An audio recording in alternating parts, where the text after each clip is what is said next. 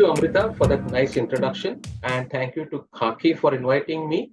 And thanks to all of you who are here to listen.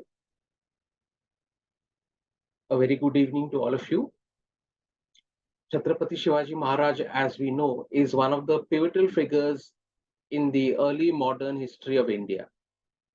And today we are going to talk about why is he considered to be so pivotal and why is he such a singular figure. There are a number of reasons for it. Imagine an individual taking on an empire. Imagine if the empire that the person is taking on is one that covers 1/5 of the world's known land surface. It seems like an idea that ideally should not be pursued. But that was precisely the idea that Shivaji Maharaj pursued. And not only did he fight the Mughal Empire very ably and effectively, but he shook it to its foundations and he sowed the seeds of its eventual fall and destruction. He started a political revolution in the Deccan, and by Deccan here we mean all of western and southern India. It was a political revolution that coursed through the Deccan, but did not remain limited to the Deccan because it had ramifications for the entire Mughal Empire. And it changed the map of all of India eventually. Very importantly, it's not just about the area that Chhatrapati Shivaji captured or conquered or ruled over, but about his policies of responsible and responsive conduct, his overhaul of the revenue and civil and military administration, and the values of tolerance and respect that he laid down for his state that really make him stand out as one of the major figures of the age, a figure who still has his impact on present day India and whose policies are still looked up to as ideal for implementation and for emulation by the rulers of the day. And that's why he sought to be appropriated by almost all political parties in India. Let me first give you a very brief overview of his career and his life so that we then run through the course of that career. Chhatrapati Shivaji Maharaj was born to Shahaji Raje Bhosle and Jizabai Bhosle in February 1630, on the 19th of February 1630.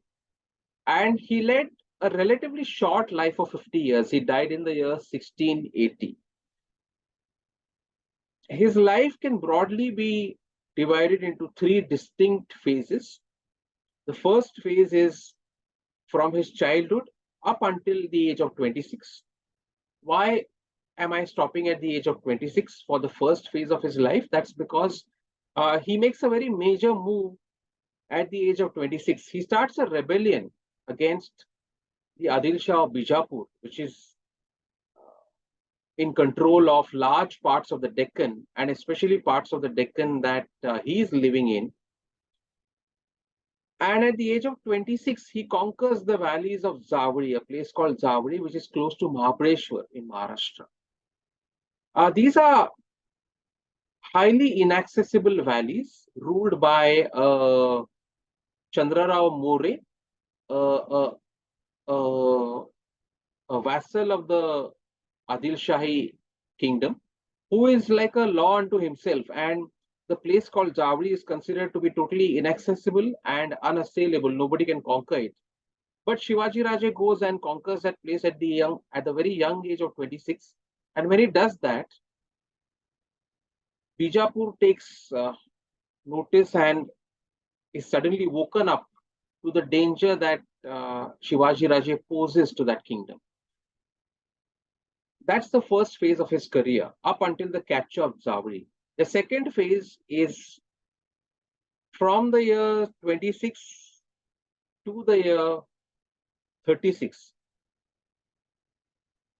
1656 is when he turns 26 years old, and from 1656 to 1666 is the second phase of his career. This is a very dramatic phase of Chhatrapati Shivaji's career because a lot of action takes place during this phase. What is the nature of that action? One is there are many episodes here which you'll be somewhat familiar with, at least some of you. One is the killing of Afzal Khan, a major Bijapur general who sent to kill Chhatrapati Shivaji in the year 1659, but instead ends up getting killed by Shivaji. That's the killing of Afzal Khan. That happens during this period. Then there is the invasion of the Deccan by Shaiste Khan, Aurangzeb's maternal uncle, in 1660, and Shaiste Khan controls a lot of Shivaji's territory from 1660 to 1663. And in a very dramatic nocturnal strike, Chhatrapati Shivaji cuts his fingers and mounts such a surprise attack on him that it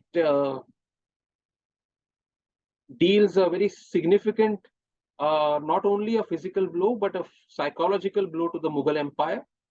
And after Shaiste Khan's fingers are cut and Shaiste Khan goes back humiliated to the north, there is a major force sent by Aurangzeb under Mirza Raji Jai Singh, 1665 to 1666. And that is where Shivaji Raje suffers a series of reverses. He has to surrender a majority of the forts that he has already won as a result of his rebellion. And in 1666, he is in a way forced to pay a visit to Aurangzeb in Agra, to pay his respects to Aurangzeb at his court in Agra. And that is where he gets humiliated at the fort of Agra, in the court in the court of Aurangzeb, and he cannot stand that humiliation, and he bursts out in anger, and he protests at the kind of treatment that's been given to him. After which he is immediately imprisoned. He stays in prison for close to 3 months, a little over 3 months, in fact. And he makes a dramatic escape from Agra in that year, in August 1666. So these are the 10 years which are full of action and full of dramatic military action, full of escapes, full of attacks. It's a life and death situation for Shivaji. After this very dramatic decade comes a decade of consolidation and expansion. That is, after his escape from Agra, he comes back to the Deccan. He builds his own civilian and military administration. He carries out major reforms during this period. And in 1674, he crowns himself as a sovereign, as the Chhatrapati, and founds his own independent state. He is no longer a rebel now by 1664. And then he goes on a southern campaign. He goes out to the south to conquer areas of the south. And in fact, it may come as a surprise to many that he goes all the way up to Jinji, which is on the Tamil coast, and captures key parts of the Tamil coast as well. And then comes back, and unfortunately for him, while the state is expanding rapidly and his leadership is proving more effective than ever, and his reputation is growing more speedily than ever, he dies at the relatively young age of 50. So these are the three distinctive phases of his life: 1630 to 1656, 56 to 66, and 1666 to 1680. Now, this is an overview that we've taken of Chhatrapati Shivaji's life. Let me talk about some of the key aspects which make him such a big hero and such an influential figure, such a standout personality in the early modern history of India and in the modern history of India.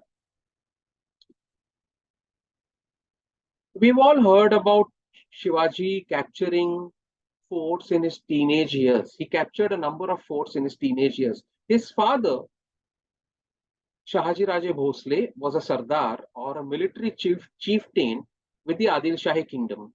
Earlier, he had served the Nizam Shahi kingdom. He had had a stint with the Mughal Empire as well. The Marathas had established themselves as soldiers of renown in the 15th, 16th, and early 17th century, but they were denied the top military ranks, and there was always a contest between three or four kingdoms to conquer parts of the Deccan, which is why there was an unending kind of armed conflict happening in the region. So, for example, when Shivaji is born in 1630 at the fort of Shivneri in Junnar near Pune district, his father serving the Adil Shahi army, he's working in the Adil Shahi army. The Adil Shahi kingdom controls parts of the Deccan. Also in the Deccan is the Nizam Shahi kingdom that is on its last legs. And then there is the Qutub Shahi of Golconda also. There are these three major sultanates in the Deccan. And the Mughal Empire from the north is pressing in on the south. Right from Akbar's time, it's trying to capture parts of the Deccan. It's trying to finish off these three sultanates and take their place in the Deccan. It is in these circumstances that Chhatrapati Shivaji grows up. There is constant warfare, there is famine, there is drought, and there is very little accountability as far as state officials are concerned. The people are not exactly in a very happy place. That's because of the constant warfare, because of drought, because of famine, and because of the complete lack of accountability of the state as a whole. Now, in what position does a very young Shivaji Raje find himself? His father, who has moved to Bangalore to administer parts of the Bijapur kingdom there, because he's been posted there in Bangalore by the Adil Shahi kingdom, appoints his son Shivaji to administer the region in and around Pune. And when Shivaji comes over to Pune at the age of 12 to administer parts of that region there as a representative of his father, who is a Jagir holder, he sees things happening around him. He starts exploring all the mountainous parts around that place. He starts exploring Pune itself, its surroundings. He starts mixing with the local population and he figures out certain things. At the age of 16, he does something that is completely out of the ordinary. And that, in fact, is the beginning of the political revolution that he unleashes in the Deccan. We often talk of the capture of forts as the beginning of his political revolution, but there is something else that he did that actually, according to me, marks the beginning of that revolution. What is it? At the age of 16, this son of the Jagir who is administering the Jagir gets a letter from an ordinary woman in a village. The letter talks about a sexual assault that has been carried out against this ordinary woman in the village by the village patil. Who is a village patil? A village patil is an official of the village. He is the revenue collector, the local revenue collector, and he also has policing powers. He also has quasi-judiciary powers. If the patil has these powers at the village level, the Deshmukh and the Deshpande have similar powers at the sub-district and the district levels. So these are the officials, local officials who administer various areas as parts of the Adil Shahi kingdom. When he gets that complaint, what he does is that he verifies whether the complaint is true or not, and he calls the patil and he hands out capital punishment to the patil. His limbs are ordered to be cut off, his hands and legs. This is, of course, 17th century, and the punishment is in keeping with the kind of capital punishment that was handed out in the 17th century. But when Shivaji Raje orders the cutting off of the limbs of the patil, the whole place is taken by surprise. Why is that place taken by surprise? Because these state officials who are ruling at the local level are a law unto themselves. They are unaccountable. Nobody punishes them. There is no court of appeal against them if they do some wrong. Because if the Patil does some wrong, you go to the Deshmukh, and the Deshmukh does nothing. If the Deshmukh does something wrong, you go to the Jagir holder. That Jagir holder does nothing. They say, ask the Patil. If the Jagir holder doesn't do anything, and if you go to the kingdom, when there's simply no access as far as the capital of the kingdom, Bijapur, is concerned. So the people are in some sort of helpless state. But when Shivaji Raje ensures this accountability at the age of 16, it sends a certain message across the region to the common people, who suddenly start seeing a ray of hope for themselves, and suddenly start seeing some possibility of justice being done to them. Along with this major move that he makes another significant move. He starts offering incentives to people to encourage cultivation of land. A large part of the land in and around Pune has been reduced to a wasteland because of successive droughts and because of unending warfare. So when he starts offering incentives which are attractive to the local population, which has moved out of these areas, the local people start coming back to the areas because the incentives are good for them to return. He offers them a significant amount of the produce of the land. He offers them fruits and other stuff that that's going to grow on the trees there. While they'll have to hand over a certain amount of the produce and the fruits and other stuff to the Jagir holder and to the state, they will also get to keep a significant part of that produce. And he starts ensuring that the common people get to keep that part of the produce. Remember, this is different from what has been happening so far, because so far the officials have been extorting from the local population and taking more stuff from the local population than is due to them. So if the state says, or the state's rules say, that the Patil or the Watandar or the Jagirdar is supposed to take 30 or 40%, they take 80%, and there's no recourse to any justice.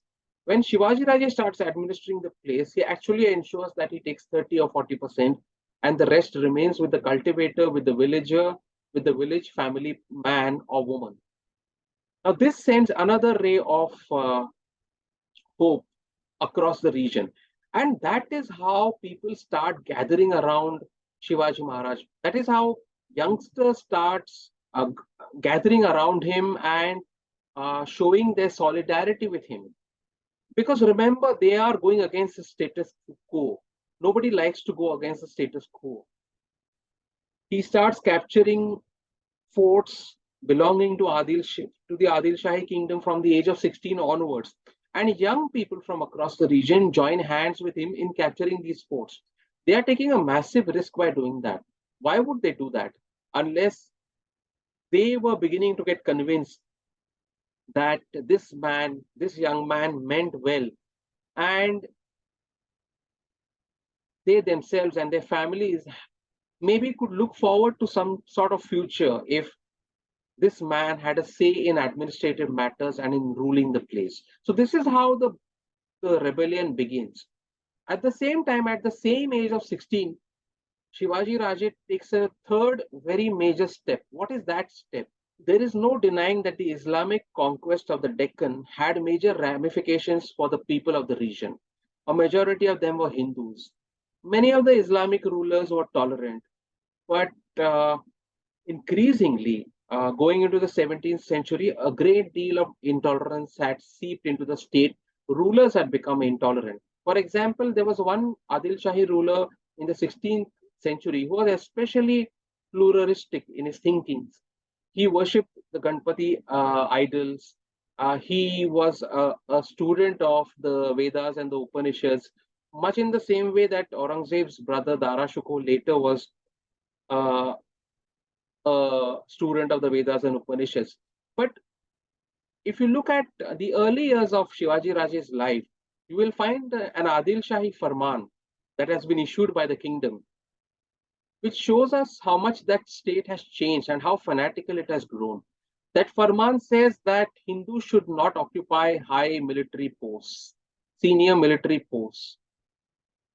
It says that it issues explicit orders to Muslim residents of the kingdom that they should not participate in any Hindu festivities and not encourage any Hindu festivals like Diwali, Dasera, and other such festivals.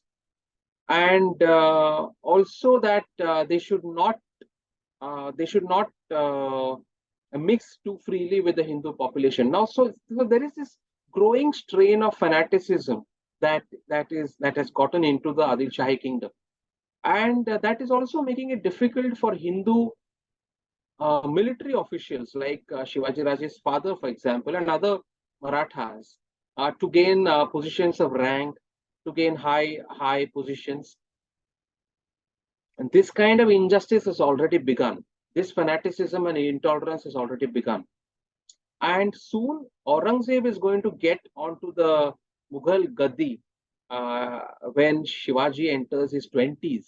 And Aurangzeb is going to have his own brand of fanaticism.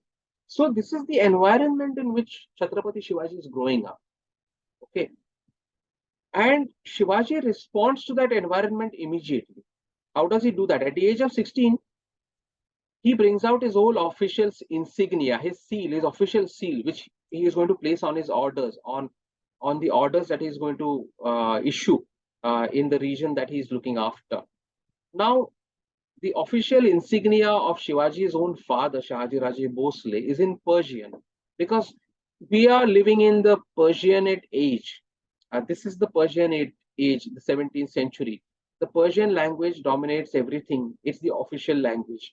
Shivaji Raje's mother's official insignia is also in Persian. What does Chhatrapati Shivaji do? The official insignia of many of the minor Hindu Rajas of the south, like Pratap, Rudra, and others, are also in Persian. What does Shivaji Raje do? He issues his official seal in Sanskrit. Now, this is a major departure for somebody in the 17th century, because this is almost like announcing your rebellion. That it's an unequivocal statement that he is not going to allow the Persian language to take over from the Sanskrit language, which traditionally has been the official language for the Marathas and for a vast majority of the Hindus as far as official communication is concerned. So these three steps are very important in his life, in what he does. And gradually he starts expanding his powers. He becomes more and more of a rebel. His father is imprisoned by the Adil Shahi kingdom when Shivaji Raje is only 18 years old, because the Adil Shahi kingdom has started suspecting that the father is encouraging the son in his rebellion. The father, of course, denies it, but the Adil Shahi state does not agree and imprisons him for a while. After which the son takes a little bit of a retreat in order to ensure that his father is freed. But once his father is freed, he again restarts his rebellion. And at the age of 26, he captures Zawri, as we have seen in our overview of the life and career of Chhatrapati Shivaji. And at the age of 29, when Bijapur sends a really big force under a very reputed Afghan general of Bijapur, Afzal Khan. He's a very tall, strapping man. He has a fearsome reputation, and he is sent to Shivaji's areas in the Deccan to kill the Maratha rebel. And instead, Shivaji meets him halfway down the Pratapgarh fort in a Shamiana, and Afzal Khan embraces him and tries to stab him. And when Shivaji senses that he's trying to stab him, he kills him with the dagger and the tiger claws that he has got concealed in his hands. And that is a major blow for the Bijapur Empire, and that really establishes Chhatrapati Shivaji as a major rebel in the empire. From then on, his reputation and his stardom start growing across the Mughal Empire. Soon he takes on the Mughal emperor himself, and in 1663, in a major strike, he cuts off the hands of the Mughal emperor's maternal uncle Shaiste Khan, who has actually captured most of Shivaji's territories and for 3 years has been running riot in those territories. But that attack completely shakes up the empire because that's a major psychological blow to the empire, and that's how he gradually builds his reputation. What kind of policies does he start laying down? We have already seen some of the reforms that Chhatrapati Shivaji started early in his career. As his territory starts expanding, so does the area in which those reforms are implemented also start expanding. And so more and more people get into his area of influence and activity, and they start adopting happily the system that he has taken over. At the same time, the number of his adversaries grow, whether local uh, or outsiders. We have seen that he makes a major deviation, a major departure by issuing his official insignia in Sanskrit. But what is Chhatrapati Shivaji's religious policy as a whole? And what is the state that he is building? And what is the state that he actually built when he was coronated in 1674? And when he's, by the time he dies in 1680, what is the kind of state that he has built? Let me get into that. Was it a secular state that he was seeking to establish? Was it a Hindu theocratic state? My answer is that Chhatrapati Shivaji Raje built a Hindu polity. He's seeking and he sought and he created what was essentially a Hindu polity. It was underpinned by Hindu values, and it was rich with the values of Hinduism, of Hindu culture, of Hindu civilization, and of Hindu religion and Hindu spirituality. But it was a state that was all encompassing and it embraced all religions. It was a state that was not anti Islam, it was anti Islamist fundamentalism. So he was against Islamic fanaticism and Islamic fundamentalists, but he was not against Islam or against Muslims. One of his bitterest opponents was Khaki Khan, who was the official Mughal chronicler. And he wrote a number of things against Shivaji Maharaj because obviously he was a major rebel against the Mughal Empire. He gave plenty of trouble to Aurangzeb and his generals and his army. But what is important is that Khaki Khan wrote that Shivaji Maharaj had made it very clear to his soldiers and to his followers that whenever they found a copy of the Quran in a place or a fort that they captured, or wherever they found women and children in a place or fort they captured, the copies of the Quran had to be returned to their rightful owners and treated with the highest respect. Similarly, with women and children, Khaki Khan wrote about his big enemy Shivaji that Shivaji had given instructions to his soldiers that they must ensure that the women or children who are captured and caught are returned respectfully to their people, to their homes, and to their families. And if they are ill-treated, then the soldiers would be severely punished. And in fact, when Shivaji said, there are plenty of examples in Shivaji's life when he actually does that. So, for example, when he sets out on his southern campaign in the 1670s, in the last decade of his life, he's going to Golconda, he's going to the south, and on the way, one of his soldiers carries out a sexual assault on a woman, and he immediately gets the hands and legs of that soldier cut off as punishment because he receives that he has troubled a local woman in the southern region, and Shivaji does not tolerate that at all. Before Shivaji came onto the political scene in the Deccan and in India, there were plenty of inams that rulers, the Islamic rulers, had given to masjids and holy Islamic places in the region. Right through his career, Shivaji does not discontinue those inams. He continues the inams to religious places. He treats peers or Islamic peers with the highest respect. He does not show any kind of intolerance for Islam or for its people.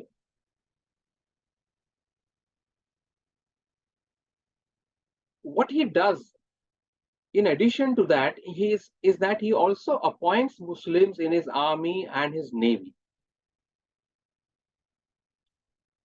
There is, for example, a group of 700 Pathans that approaches him in the last phase of his career, in the early 1670s, in fact, and they want to be recruited in his army. And a number of his generals oppose their inclusion because there are 700 Pathans. And there's only one of them who supports him, but Shivaji Raje accepts them all in his army. There are, of course, fantastic figures put out by many people who want to paint him as an ultra secular figure, who say that 60% of his army was Muslim, and 50% of his army was Muslim, and 40% of his army was Muslim. There is no basis to these figures at all. What is true is that the majority of his army was Maratha, was Hindu, but he did include very freely and on the basis of their merit alone people who followed the Muslim faith without any sense of discrimination. So long as they were loyal to him and loyal to the values of the state that he was building, he did not discriminate. One important point that I'd like to make here is that while Shivaji was building a Hindu polity and while he was tolerant of Islam and of all faiths, in fact, one thing I must point out here, when Shivaji carries out his raid of Surat in 1664, he also respects the church there because there are some Capuchin priests there. There's some French priests there in the church, and actually Shivaji Raje issues orders to his soldiers which are written down not by him but by his enemies, the Britishers and the others, that he actually formed a ring of his own soldiers around that church and gave protection to that church and told his soldiers that these priests are doing good work and they should not be harmed or troubled in any way. So he embraces and respects the church also. He respects all faiths. At the same time, Shivaji Maharaj is somebody who is not going to allow anybody to ride roughshod over his own faith. So if people are opposing Hinduism or trying to wipe out signs of Hinduism, such as the Sanskrit language, for instance, then he asserts himself as a Hindu and as a Maratha Hindu. That is where the Sanskrit language and the official insignia comes in. Another instance is that he goes to Goa after his return from Agra. And the Portuguese there have actually demolished a very important temple there. That is a Saptakoteshwar temple. It's one of the landmark temples in Goa. If you go to Goa, and those of you who have been there would already have seen it, it's one of the big temples of Goa. The Saptakoteshwar temple was demolished by the Portuguese rulers there. So when Shivaji Raje goes to Goa and captures parts of Goa there, he actually rebuilds that temple which has been demolished by the Portuguese. So on the one hand, he is highly tolerant of other faiths, and on the other hand, he is extremely assertive when he sees others trying to trample over his faith. So what kind of a state is he building? As I said, he is not building a secular or non-religious state because people were all religious in the 17th century. There was no concept of a non-religious state. He was very much building a Hindu state, which was underpinned by Hindu values, but it was a highly tolerant and deeply humanistic and humanitarian Hindu state, which is why its values have stood the test of time. I spoke about his recruitment of Muslims. Let me talk about his navy here. That's a very important aspect of Chhatrapati Shivaji's life and career.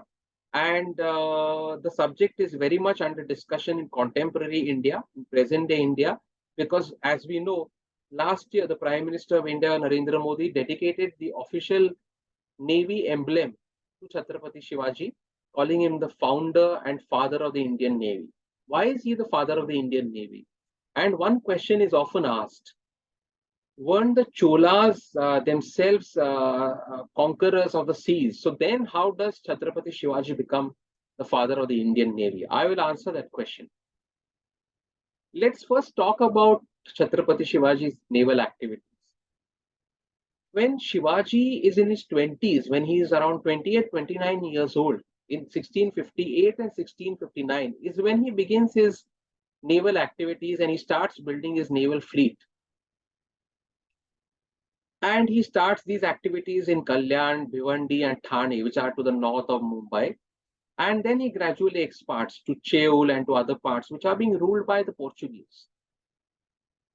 The Marathas have got no navy at all.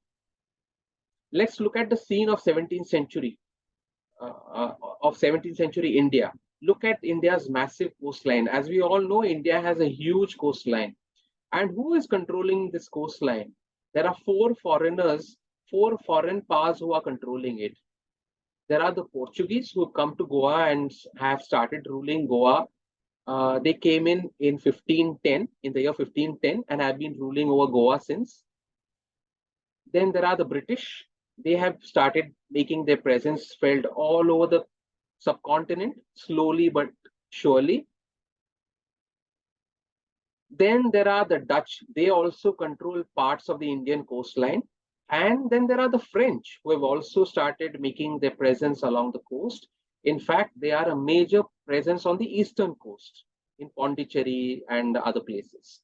So, what are the powers that are on land in India doing? What are the Mughals doing? What is Bijapur doing?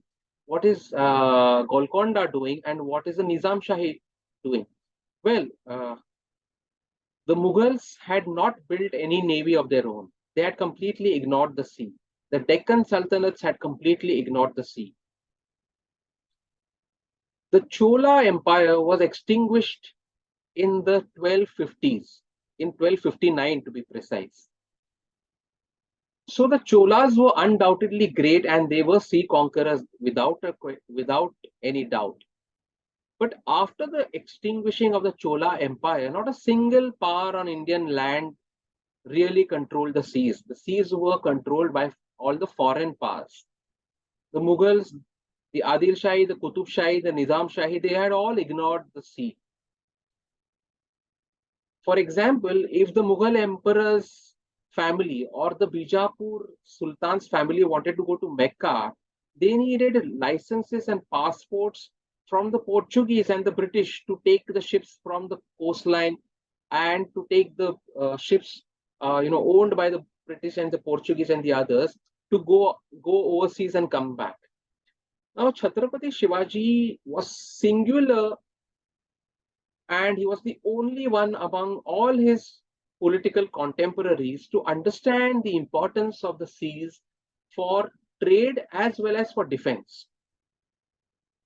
And he consciously and deliberately starts building his navy in the years 1658, 1659. He has absolutely no resources to build a navy. So what does he do? He starts hiring Portuguese experts because the Portuguese are very good at shipbuilding. And then he starts hiring British engineers also because the British engineers are already working in various ports across the Deccan coast. And we have written accounts in the British factory records from the 17th century about the British officials complaining that some of their own engineers have gone over to Shivaji's side and are building naval vessels for him because he's paying them more money than the British would. So this is how he's demonstrating a political and military vision. He realizes the sea is extremely important for security and for trade, for both purposes. And he systematically goes about building his naval fleet. Not only does he hire engineers from the Portuguese and shipbuilders from the English, but he also starts building a series of naval forts. One of them is Sindhudurg, which is in the Konkan. Then there are a number of forts along the sea coast that he identifies spots in the waters and along the coastline where sea forts need to be built. He starts building sea forts for defense, and he also starts training the local people living along the coastline, like the Koris, the Ramoshis, and the Bhandaris, and the other indigenous people along the coastline in shipbuilding and in using the naval fleet in operating ships in terms of defense and trade. So gradually he starts building this. By the time he's coronated and crowned as king in 1674, he has built 50 armed vessels and 50 different kinds of ships. These ships, of course, are of varying quality and varying size, and they have different qualities. For example, there are the gurabs, which are the heavy ships. Then there are the what are known as the galivats, which are the steady ships. And then there are some uh, uh, agile and swift moving light ships also, which are part of the fleet. So he has different kinds of ships, at least 50 armed vessels, which he builds in just 15 years. And if you count the trading vessels that he has accumulated, maybe he has borrowed, he has bought from some other people, and he started trading with other countries as well, some countries in West Asia. Then the number of his vessels actually goes up to 700 by the year 1674. Now that's a major figure. Okay. Now that's why he is regarded as the father of the Indian Army. And importantly, two of his Muslim naval commanders, naval chiefs are Muslim. One is Darya Sarang Ventji and the other is Daulat Khan. Two of his, so he does not hesitate to appoint Muslims as his naval chiefs. That is why his army is truly Indian. The composition of his army is truly Indian because it's all accommodating. It is truly Indian in the sense that he has built it on his own.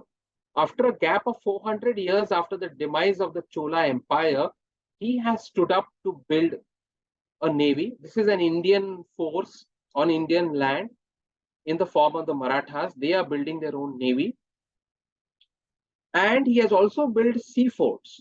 Another important distinguishing factor that Chhatrapati Shivaji has from the Cholas, since this comparison with the Cholas has been a constant one for the past 1 year, I must mention that factor also.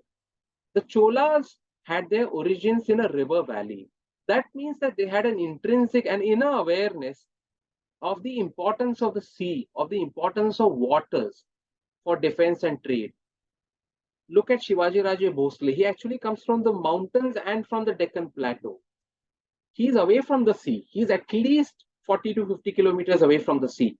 But he gradually, systematically starts moving towards the sea, and he recognizes the importance of the sea in spite of the fact that he is far away from the sea. And he moves towards the sea, and eventually, where does he build his capital? His capital, Raigad, is actually at the intersection of the Sahyadri ranges and the coastline. It's actually along the coastline, Raigad. So that is how he shows this tremendous political, military, and strategic vision about the sea waters. And that is why he is recognized as the father of the Indian Navy. By the time he dies in 1680, he has not only sparked a major rebellion that has created trouble and really shaken the Mughal Empire to its foundations, but he also sends to Aurangzeb a letter in the early 1670s when Aurangzeb has started destroying temples and when he has imposed customs duties which only the Hindus have to pay in his kingdom, though the Hindus are a majority of the kingdom's subjects. And he has imposed the jizya tax also on the Hindus. He writes a very significant letter to Aurangzeb where he talks about how Hinduism and Islam are essentially voices of the same creator, of the same divine spirit. And that is why the template of governance that he creates is one that lasts for such a long time, which inspires his freedom movement, inspires the Rajputs, the Bundelas, the Sikhs, and the others to start their own rebellions against the Mughal Empire. And the Maratha Empire eventually spreads in the middle of the 18th century to the extent of having one of its ends at Attock, which is now in Pakistan, and the other end is in Cuttack, which is in. So that's why the saying from Attock to Cuttack. The Maratha Empire gradually takes over the major part of India, of Hindustan. Very importantly, uh, in 1670, a very young man called Chhatrapati Bundela comes to Shivaji and says he wants to join Shivaji's army. He's part of the Mughal army, and he says he wants to join Shivaji's army. Shivaji tells him that if you join my army and I gain more success, I will get all the credit. So go to your homeland, Bundelkhand, and establish your own rule there and fight against the Mughals. So in that sense, he inspires the Bundelas as well, and similarly he inspires other kingdoms to start a rebellion. And his freedom movement, his legacy, he leaves such a wealth of inspiration behind for his own future generations that they fight a major battle against Aurangzeb. Aurangzeb descends on the Deccan just 1 year after Chhatrapati Shivaji's death in 1680 to conquer the Deccan, because Shivaji has given him such a troubled time, and he tries to conquer it, but he cannot go back to the north. He dies here in the Deccan without really conquering it in the year 1707. Many of Aurangzeb's generals implore him, ask him that we want to go back to the Deccan. We want to go back to the north, that is, but he does not allow them, and he dies there. And eventually, the Marathas occupy a major part of the Indian subcontinent. Shivaji's story further goes on to inspire the Indian freedom movement and most of India's heroes during the freedom movement, and it is still held up as a template for governance and for sound and a truly tolerant and enlightened polity.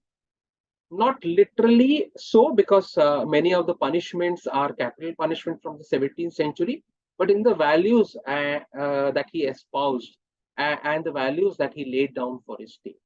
Absolutely, absolutely. Thank you so much. I think that described his life, and how clearly and distinctly you've put his influence in three phases.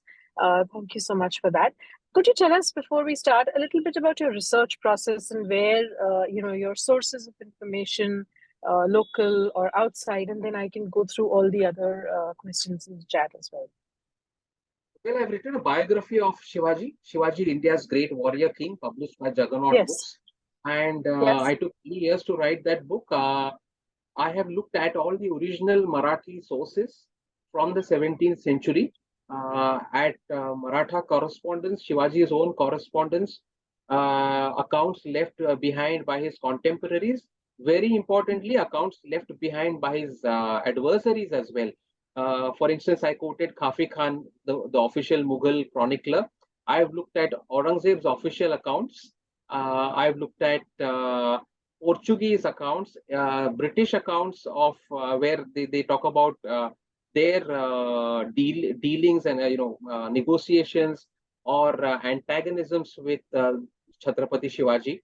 I've looked at Dutch accounts, French accounts, because he went to the East Coast as well, where the French had to deal with him briefly, and also at Bijapur's accounts. So all kinds of papers, contemporary papers, really, in different languages. And Persian, the Persian accounts, a number of the accounts, contemporary accounts, are in Persian. So Marathi and the Persian accounts are critical, and so are the accounts left behind by the foreigners. I've looked at all of them in the original. That's incredible. That's incredible. Sabina had a question. She says, we all read today in one of the news that popped up that the Wagner will be loaned to India for a period of 3 years. So what do you think about that?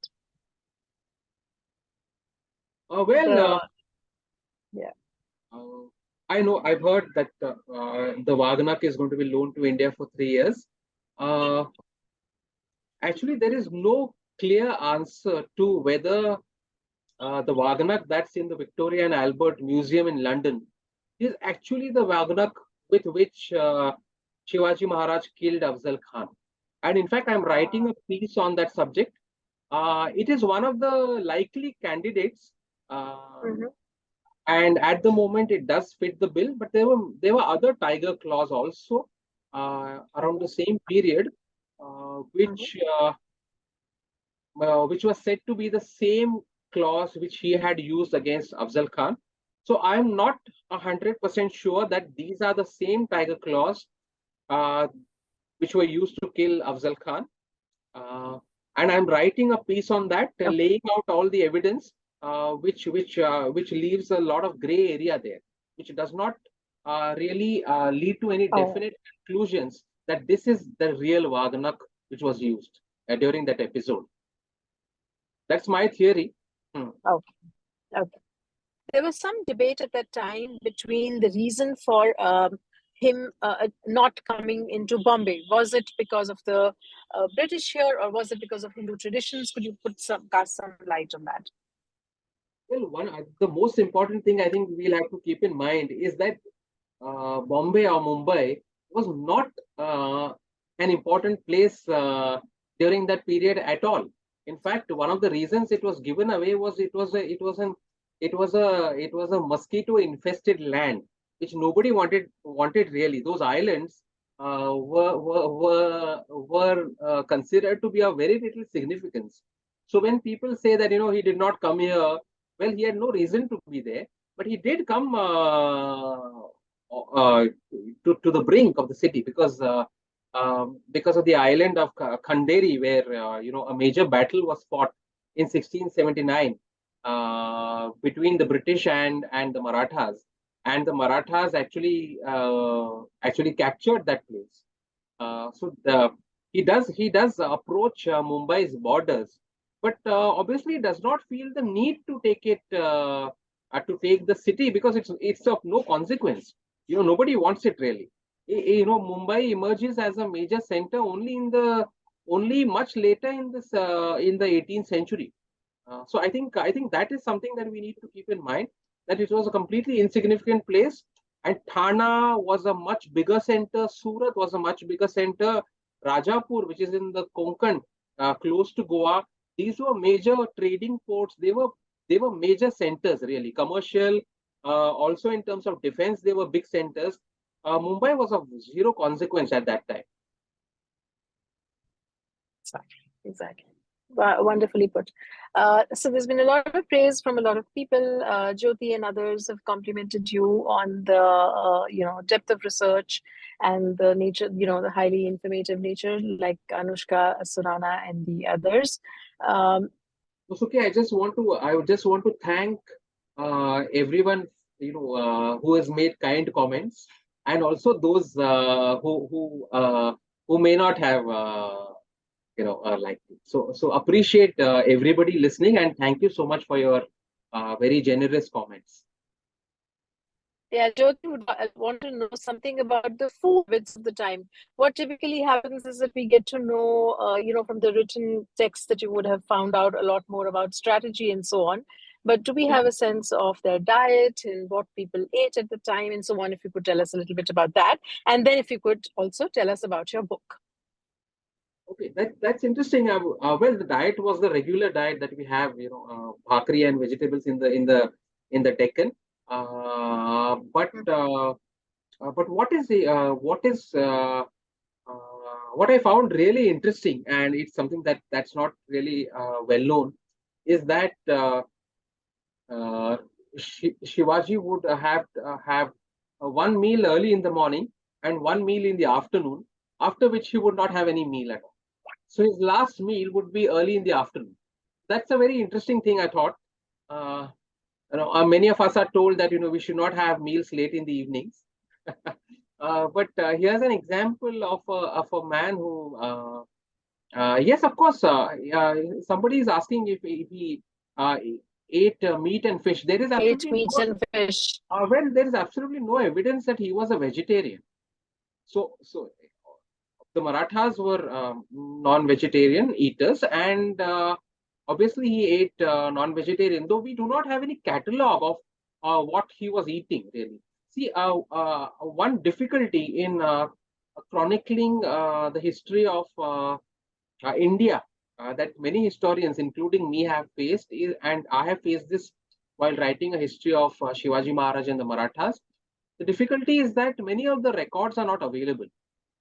Uh, with the Marathas, a very peculiar thing happened. After Shivaji's death in 1680, in 1681, the Aurangzeb, like I said earlier, came down to the Deccan, and there was a major clash that happened for 25 years. Now, very early on in that struggle, the Mughals captured Raigad Fort, which was the capital of Chhatrapati Shivaji. What happened as a result of that capture was that most of the Maratha documents and artifacts that were kept in the fort, almost all the important Maratha documents were in that fort. They were destroyed. They got either got destroyed or they got burnt in that conflict, because of which a lot of the documents have been lost to us permanently. And so, for example, I was looking at whether there is a list of weapons that were with Chhatrapati Shivaji at the time of his death, and there is no list there. But his contemporary chronicler Sabasat has a list of the forts, has written a list of the forts that he captured, which has survived. That list has survived, or a list of the generals who were in his forces. That list has survived, but certain things are absent. You see, so we have some records and we do not know certain things because there are no records. Correct. I think this is another question that was put earlier. There's a lot of mystery about his death. And do you have a view on it? You did mention something, but do you have a view on why there is so much mystery about how he passed away? On his death, well, there are plenty of conspiracy theories about his death, which we can dismiss out of hand. Those are conspiracy theories. He developed a major fever when he was 50 years old in March and April 1680, and he had fever for more than a week, and it was debilitating for him, and he could not actually survive that phase. But what we have to remember here is that such deaths were not uncommon, especially for when you look at a figure like a historical figure like Shivaji Maharaj. He was constantly on the move on the horse. He led a very hectic life and a very stressful life because there was constant warfare. He was building his own state. Uh, what is very important to keep in mind when we consider his death is that he had two major illnesses. Now, this is something we have never been taught about. In 1666, when he makes his dramatic escape from Agra and comes back, for a month he is bedridden because he's so exhausted. It must have been a very trying journey right through Hindustan, to come back to the Deccan on horseback, a very stressful journey.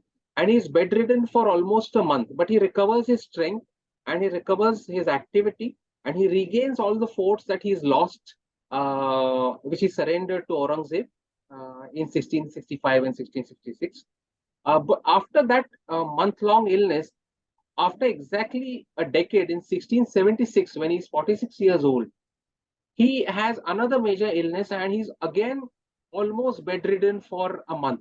So you see, he has already had two major bouts of illnesses, and he is a man who has taken on a lot of stress and a lot of the body has taken a lot of toll, and a death at the age of 50 is not only uncommon, not only not uncommon in that era, but deaths at the age of 30 and 40 are very common in that era. So all the conspiracy theories must be thrown out of hand, and well, he died, and contemporaries have written about his death as well, which I have referred to in some detail in my book. So do tell us the name of the book. But before that, Siddhesh has an interesting question. What did he address his territory as? Was it Maharashtra? Was it something else? Is that a new name? Well, it's addressed as Swaraj and as Hindavi Swaraj. Thank you. Commander, we will not be able to do any oral questions. If you can type it out. Till then, if you could share the details about your book So those who are interested can look it up and perhaps go through it at their The convenience. title of my book is Shivaji, India's Great Warrior King. It's been published by Juggernaut Books. It's available both in hardback, paperback, on Kindle, wherever you get your books from. And I'm aware that Shivaji's life is a momentous one. And I've not been able to cover everything in this 45-minute lecture or talk, rather, not a lecture. Hopefully, it wasn't a lecture in this talk, but there are a lot more details, a lot more discoveries, I think, to be made in the book. And do take a look at the book. Thank you. Thank you Thank you so so much. That much. was a Thank you so much. wonderful, wonderful. Thank you.